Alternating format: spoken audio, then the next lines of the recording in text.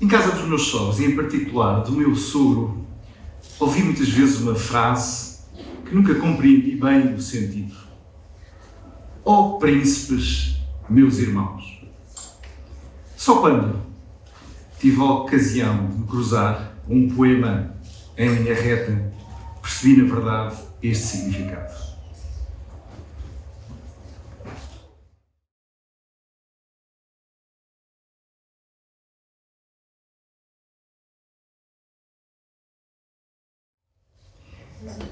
Ó príncipes, meus irmãos, temos uma enorme dificuldade em lidar com a nossa imperfeição. Procuramos sempre ficar bem na fotografia, escolher o melhor lado, o melhor ângulo, para que aquela que é a nossa imagem surja sempre como magnífica. Esta expressão de pessoa tão sábia e tão profunda como era típica desta abordagem profunda em humanidade, traz-nos um dos grandes contrastes da humanidade que eu hoje escolhi para convosco fazer esta reta final. O contraste entre a ambição e a presunção da perfeição e a dura realidade, mas extraordinariamente rica, da nossa imperfeição. Eu cresci com uma marca fortíssima em torno de um filme e livro que muito me marcou em torno de uma gaivota, e estamos numa terra também onde elas não faltam, em que o Fernão Capelo Gaivota, como verdadeira inspiração de busca permanente da perfeição, procurava sempre a forma de voar de uma forma mais rápida, atingindo as velocidades que só os falcões conseguiam atingir. E tentava, e tentava, e tentava, fazendo o que não era suposto que as gaivotas fizessem. E ele tentava, tentava e tentava e conseguiu. É certo que ficou fora do banco. É certo que ficou incompreendido por todos.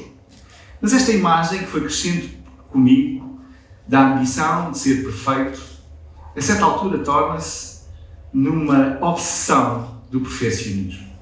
Esta ideia de que somos feitos para ser perfeitos em tudo o que fazemos. Isso, evidentemente, essa é seguramente uma aspiração. Como compatibilizar com uma realidade eternamente imperfeita que é cada um de nós? E creio que, para os contrastes, esse é um tema fundamental. Tudo o que fazemos é marcado pela fragilidade da nossa condição. Somos esta coisa humana, provisória, incerta, inacabada, imperfeita. Mas somos também poeira inamorada. Há em nós algo de maior. Mesmo no erro, Beckett dizia, errar mais, errar melhor. No erro, podemos encontrar um caminho. Valentim Mendonça. Esta convicção que talvez nos possamos entender e encontrar um sentido para a nossa vida, aceitando esta dimensão da imperfeição que nos constrói e nos constitui identidade profunda. A natureza tem, aliás, expressões muito bonitas. Uma das mais apreciadas por nós é fruto de uma enorme imperfeição. A história da pérola, que se constrói dentro da ostra a partir de um ferimento, de algo de estranho que é inserido dentro da ostra e que a ostra, reagindo, envolve essa pequena pedra, essa pequena ferida de um nácar, de madrepérola, se vai transformando em algo de extraordinário, único, que mostra também, através do erro, através da imperfeição, talvez possam nascer coisas extraordinárias. Enquanto nós, culturalmente, buscávamos as formas perfeitas, a arquitetura geometricamente perfeita, a música em plena harmonia, no outro lado do mundo, no Japão, a partir do século XV, nasceu um outro olhar, o wabi-sabi, É assim que se chama uma tendência, uma abordagem cultural, conceptual japonesa que valoriza esta dimensão do imperfeito, do inacabado, daquilo que é frágil por natureza e que não menoriza essa dimensão e constrói todo um olhar a partir da força da imperfeição. De tal modo que nasceram muitas realidades a partir desta visão em 5 séculos de história. Uma das mais bonitas é esta. Esta taça quebrou-se em algum momento. E alguém olhou para uma taça quebrada, para um conjunto de pedaços soltos, e viu que ali poderia estar algo de extraordinário. Pacientemente reconstruiu cada uma das peças, mas não simplesmente se limitou a reconstruir. Banhou cada uma daquelas cicatrizes a ouro, dizendo que não só era possível reconstruir aquela taça, mas que aquela memória do que tinha falhado, aquela imperfeição, merecia ser destacada a ouro. Porque através daquelas cicatrizes, aprendizagens havia que valorizavam a vida, que valorizavam a experiência, que davam a esta taça um sentido único que antes não tinha. Esta arte, esta sabedoria japonesa, talvez nos faça falta no nosso tempo.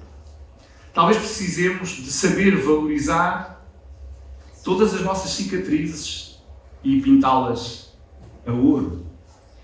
Esta visão tão bonita e tão inspiradora tem em muitas culturas expressões diferentes. Estes 2 tapetes são de culturas muito diferentes. Um deles do Punjab, outros da cultura Navajo, dos índios. Também poderia trazer o exemplo de tapetes persas. Todos eles verdadeiras obras de arte, muitos deles com padrões que são simétricos e que são perfeitos.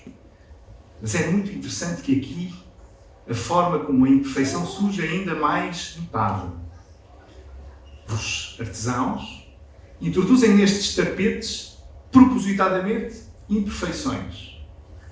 Imperfeições que os tornam, por isso, únicos, imperfeitos. Na tradição islâmica, até porque perfeito só Deus. Mas no Punjab ou nos índios navajos, por exemplo, estas imperfeições celebram um evento de vida importante, celebram uma possibilidade de encontrar a sua própria humanidade. Por isso a imperfeição foi sendo em muitas culturas uma realidade extraordinária.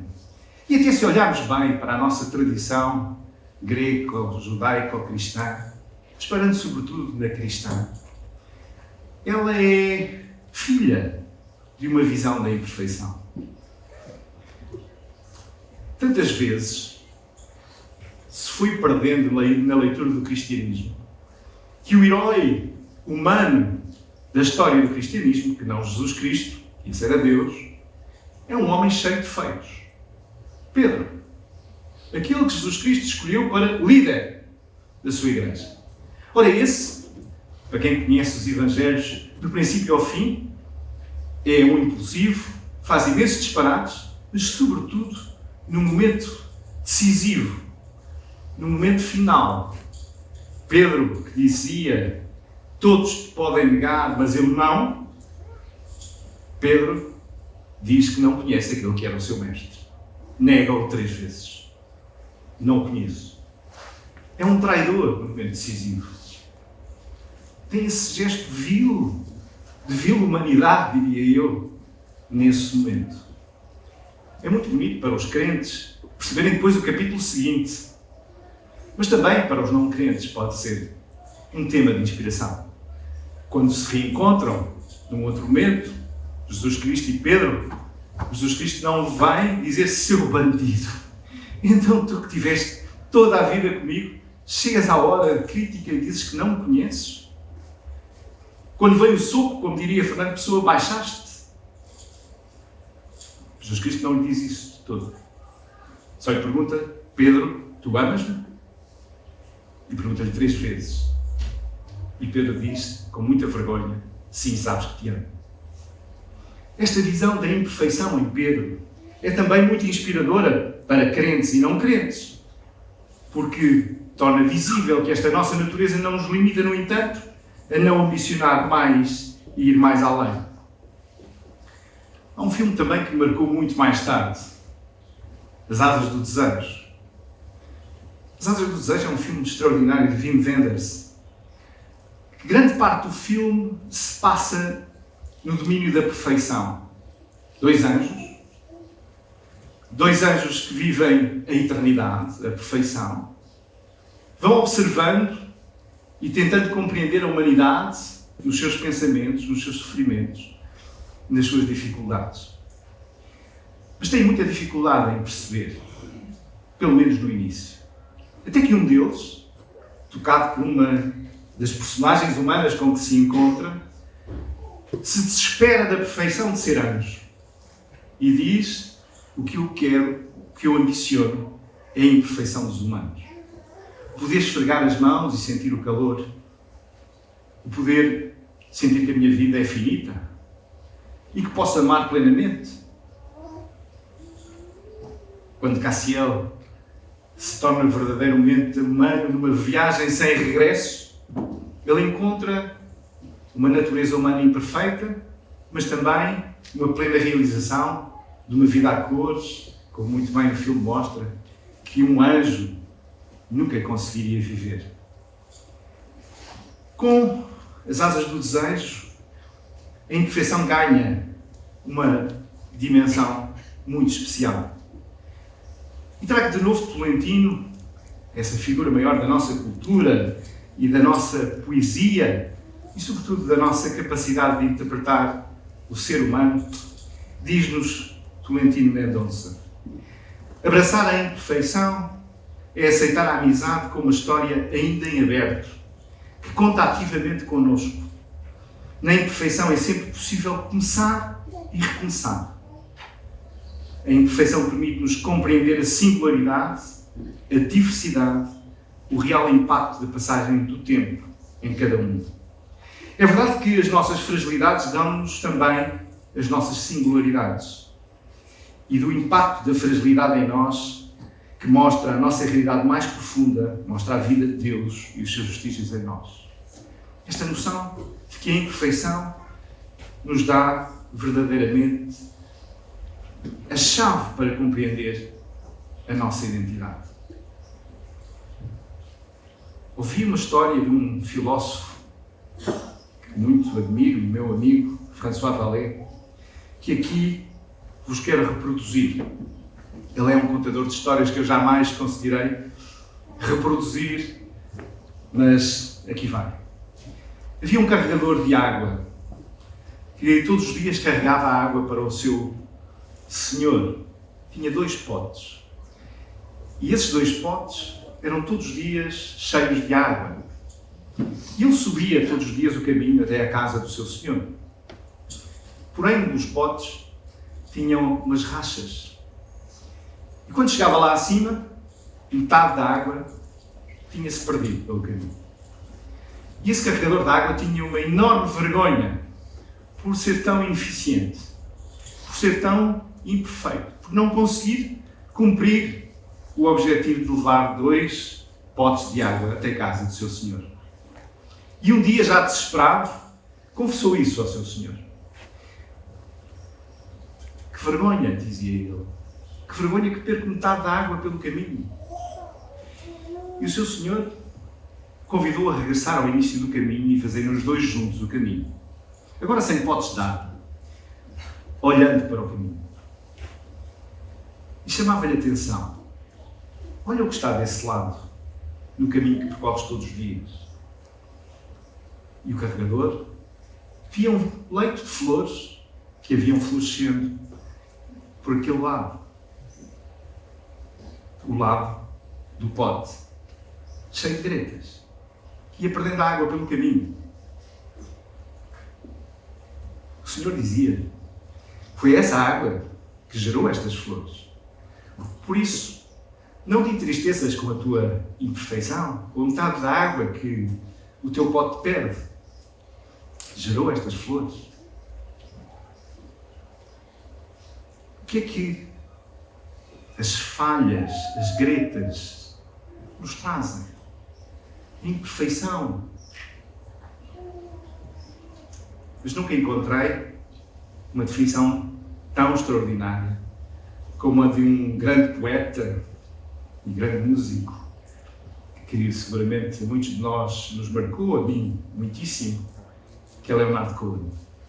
Cohen tem uma música que diz isto: toca todos os sinos que ainda podes tocar. Esquece a oferta perfeita. Há uma falha em tudo. E é através dessa falha que entra a luz.